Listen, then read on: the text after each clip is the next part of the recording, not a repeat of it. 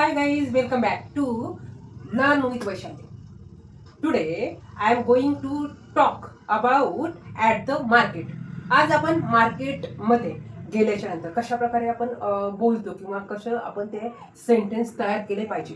खरं तर don't try speak long sentence. First time little try sentence. म्हणजे आपण आहे ना मोठ्या सेंटेन्स ट्राय करायला जातो आणि कन्फ्युजन करून घेतो. तर काय केलं पाहिजे, फक्त छोटे सेंटेन्स मी कसे बनवू शकेल आणि ते सेंटेन्स तयार करताना मला कशा प्रकारे मी लॉजिक लक्षात ठेवलं पाहिजे. सगळ्या सेंटेन्समध्ये सब्जेक्ट आहे, एक क्रियाचा वर्ब आहे आणि ऑब्जेक्ट आहे. तर हे तर आपल्याला माहित असतं, पण दरवेळेस सब्जेक्ट बदलला की वर्ब वेगळा आला, वर्ब वेगळा आला की ऑब्जेक्टिव्ह वेगळा येतात आणि ऑब्जेक्टिव्ह वेगळा आला की मग आपल्याला सुचत नाही. तर आज आपण मार्केट विषयी आपण बोलणार आहोत. तर लेट्स बिगिन. स्टार्ट करू. द मार्केट, बाजारात. स्टार्टिंगला सेंटेन्स बनवू, I am at the market.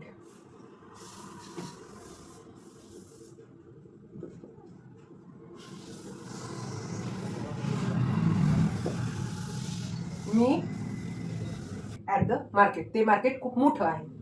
मी मार्केटमध्ये गेले तर मला म्हणायचंय मला भाज्या पाहिजेत, हव्या आहेत. I want vegetables.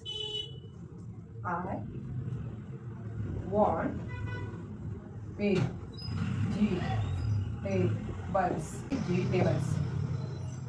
नंतर मी म्हणू शकते की मला फ्रूट पाहिजे. I want fruits.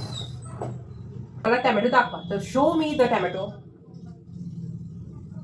Show me the tomatoes.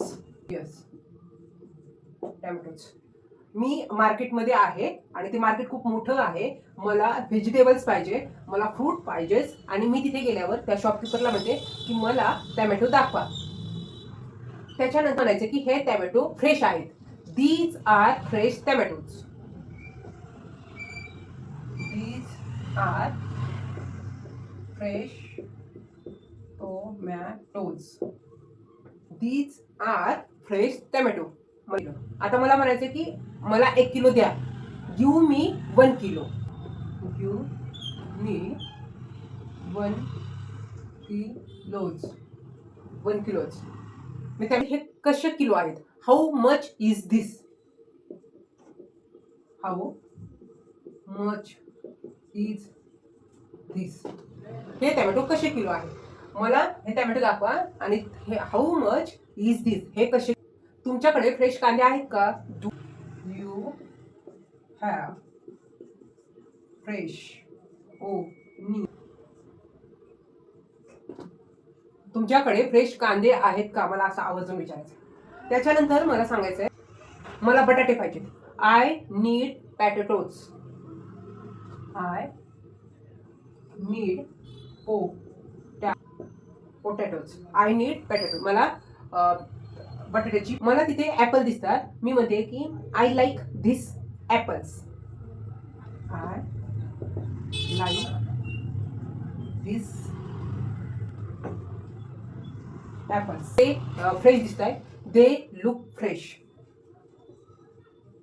They look fresh. ते मला फ्रेश वाटते. नंतर मला आता हे मी कांदे घेतलेत, बटाटे घेतलेत. मला आवर्जून सांगायचंय की एक तिथं मुलगी आहे तर ती फ्रूट घेतीये. मला असं म्हणायचंय she is buying fruits. She is